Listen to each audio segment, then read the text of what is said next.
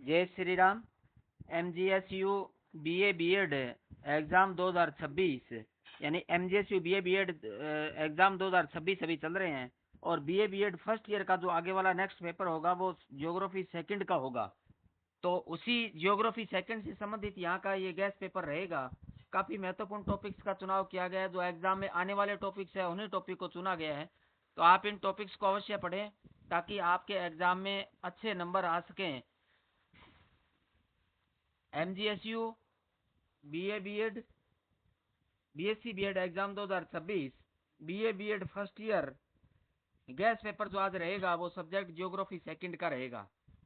यानी अभी जो आपका नेक्स्ट पेपर है वो ज्योग्राफी सेकंड का है।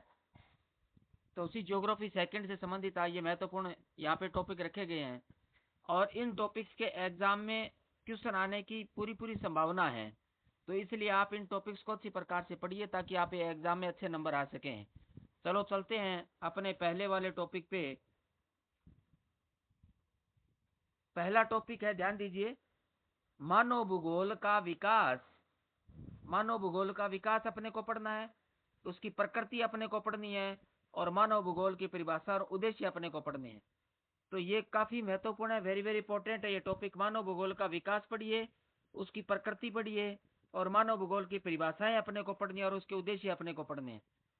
तो ये यहाँ से छोटे क्वेश्चन आते हैं, पार्ट ए में भी आ सकते हैं, पार्ट बी में भी आ सकते हैं। तो इसलिए ये टॉपिक अपने को अवश्य पढ़ना है, वेरी वेरी इंपॉर्टेंट है, एग्जाम में पूछा जा सकता है, इनसे संबंधित क्वेश्चन आ सकते हैं। तो ये टॉपिक अपने को यहाँ पे पढ़ के आना है। दूसरा टॉपिक आप देखिए, चलते हैं अपने दूसरे वाले टॉपिक पे, वातावरण निश्चयवाद एवं संभववाद में अंतर। यानी वातावरण निश्चयवाद और संभववाद में अंतर अपने को पढ़ना है और ग्रामीण अधिवासियों के प्रकार तथा प्रतिरूप अपने को पढ़ने हैं। ग्रामीण विद्यार्थियों के प्रकार और प्रतिरूप पढ़ने हैं। तो यहाँ पे ये टॉपिक भी काफी महत्वपूर्ण है। वातावरण निश्चयवाद और संभववाद में अंतर पढ़िए और ग्रामीण अधिवासियों के प्रकार और प्रतिरूप अपने को पढ़ने हैं। तो यहाँ से क्या, यहाँ से भी पार्ट ए और पार्ट बी में क्वेश्चन पूछे जाते हैं। तो इसलिए अपने को क्या करना है कि इनको टिप्पणी के रूप में भी पढ़ना है और छोटे क्वेश्चन भी यहाँ से पूछे जा सकते हैं। तो ये भी काफी महत्वपूर्ण है एग्जाम के लिए, आपको ये एग्जाम के लिए पढ़ना है। तीसरे वाले टॉपिक पे अपने चलते हैं। टॉपिक तीसरा, ध्यान दीजिए आप तीसरे वाले टॉपिक पे, मानव पर्यावरण संबंध की अवधारणा। यानी मानव पर्यावरण संबंध की अवधारणा अपने को पढ़ना है और मानव भूगोल के आधारभूत सिद्धांत अपने को पढ़ने हैं। तो मानव पर्यावरण संबंध की अवधारणा पूछी जा सकती है और मानव भूगोल के आधारभूत सिद्धांत अपने से पूछे जा सकते हैं। तो ये भी काफी महत्वपूर्ण टॉपिक है। पार्ट ए और पार्ट बी से यहाँ से क्वेश्चन आते हैं, तो ये आप अवश्य पढ़ लें। यहाँ से कोई क्वेश्चन आए तो हमारा क्वेश्चन छूटना नहीं चाहिए। तो मानव पर्यावरण संबंध की अवधारणा पढ़िए और मानव भूगोल के आधारभूत सिद्धांत पढ़िए। नेक्स्ट टॉपिक पे अपने चलते हैं। चौथे वाले पे ध्यान दीजिए आप। टॉपिक चौथा, जनसंख्या स्थानांतरण के विभिन्न पक्ष। यानी जनसंख्या स्थानांतरण के विभिन्न पक्ष पूछे जा सकते हैं और विश्व में जनसंख्या के असमान वितरण एवं घनत्व के कारक पूछे जा सकते हैं। तो जनसंख्या स्थानांतरण के विभिन्न पक्ष अपने को पढ़ना है और विश्व में जनसंख्या के असमान वितरण एवं घनत्व के कारक भी अपने को पढ़ना है। तो इसलिए ये भी आप क्या है, अच्छी प्रकार से इनको पढ़ लीजिए। यहाँ से भी क्वेश्चन पार्ट ए और पार्ट बी के दोनों प्रकार के क्वेश्चन पूछे जा सकते हैं, वेरी वेरी इंपॉर्टेंट है ये टॉपिक है। तो अपने को जनसंख्या स्थानांतरण के विभिन्न पक्ष पढ़ने हैं और विश्व में जनसंख्या के असमान वितरण और घनत्व के कारक अपने को पढ़ने एग्जाम में पूछे जा सकते हैं। टॉपिक आता है पांचवा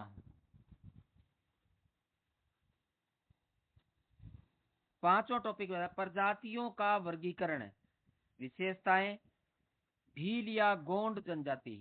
यानी प्रजातियों का वर्गीकरण आ सकता है, विशेषताएं आ सकती हैं, भील या गोंड जनजाति भी यहाँ से आ सकती हैं। तो प्रजातियों का वर्गीकरण अपने को पढ़ना है, विशेषताएं पढ़नी है और भील या गोंड जनजाति भी अपने को पढ़ना है।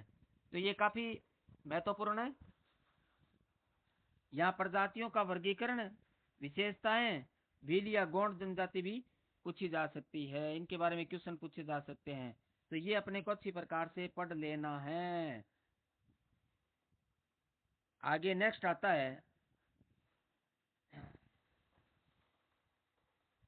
छठा, विश्व में जनसंख्या स्थानांतरण के कारण और प्रकार व भारत में जनसंख्या नीति की विस्तृत विवेचना कीजिए। तो विश्व में जनसंख्या स्थानांतरण के कारण और प्रकार और भारत में जनसंख्या नीति की विस्तृत विवेचना अपने को करनी है। तो विश्व में जनसंख्या स्थानांतरण के कारण क्या है, प्रकार और भारत में जनसंख्या नीति की विस्तृत विवेचना अपने को करनी है। ये भी काफी महत्वपूर्ण है। यहाँ से भी एग्जाम में क्वेश्चन पूछे जा सकते हैं। पार्ट ए में भी पूछे जा सकते हैं और पार्ट बी में भी पूछे जा सकते हैं और पार्ट सी में भी पूछे जा सकते हैं। तो वेरी वेरी इंपॉर्टेंट है, ये बड़े क्वेश्चन भी यहाँ से आ सकते हैं। तो अपने को क्या करना है, विश्व में जनसंख्या स्थानांतरण के कारण पढ़ने हैं और प्रकार पढ़ने हैं और भारत में जनसंख्या नीति की विस्तृत विवेचना अपने को पढ़नी है। बड़े क्वेश्चन अवश्य आते हैं, यहाँ से पूछे जा सकते हैं। आपको अच्छी प्रकार से इसको पढ़ लें आप। आगे जो टॉपिक आता है अपना, वो 7वां टॉपिक आता है। 7वें टॉपिक में क्या दिया है, ध्यान से देखिए आप। नगरीकरण क्या है, इसको समझाना है, पढ़ लीजिए आप। भारत में नगरीकरण की वृद्धि के कारण अपने को पढ़ने हैं। एशिया यूरोप के प्रमुख जन समूह का तुलनात्मक वर्णन अपने को करना है। तो नगरीकरण के कारण क्या है, पढ़ लीजिए आप। भारत में नगरीकरण की वृद्धि के कारण अपने को पढ़ने हैं, ये भी आप पढ़ लीजिए। एशिया यूरोप के प्रमुख जन समूह का तुलनात्मक अध्ययन कीजिए, ये भी अपने को पढ़ लेना है। तो इसलिए ये भी काफी महत्वपूर्ण है, एग्जाम में पूछा जा सकता है। इस टॉपिक को आप पढ़िए, यहाँ बड़े क्वेश्चन आ सकते हैं। पार्ट ए में, पार्ट बी में, पार्ट सी में यहाँ से क्वेश्चन पूछे जा सकते हैं। तो आप इन टॉपिक्स को अच्छी प्रकार से आप पढ़ लीजिए। यहाँ से यदि कोई क्वेश्चन आए तो हमसे छूटना नहीं चाहिए। नगरीकरण क्या है, भारत में नगरीकरण वृद्धि के कारण एशिया यूरोप के प्रमुख जन समूह का तुलनात्मक वर्णन कीजिए। तो यहाँ से क्वेश्चन पूछे जा सकते हैं, काफी महत्वपूर्ण इंपॉर्टेंट है। आगे लास्ट अपने टॉपिक पे चलते हैं। इस पेपर का लास्ट जो टॉपिक है, इस पे ध्यान दीजिए आप। 8वां, मानव अधिवास से क्या तात्पर्य है, यानी मानव अधिवास को समझाना है और मानव अधिवासों के प्रकारों का वर्णन कीजिए, इनके प्रकारों का वर्णन करना है। तो मानव अधिवास से अपने को समझ आपको तात्पर्य क्या है, ये अपने को पढ़ना है, समझाना है। और मानव अधिवासों के प्रकारों का वर्णन अपने को करना है। तो ये टॉपिक भी काफी वेरी वेरी इंपॉर्टेंट है, एग्जाम में पूछा जा सकता है। बड़ा क्वेश्चन यहाँ से आएगा पार्ट सी का।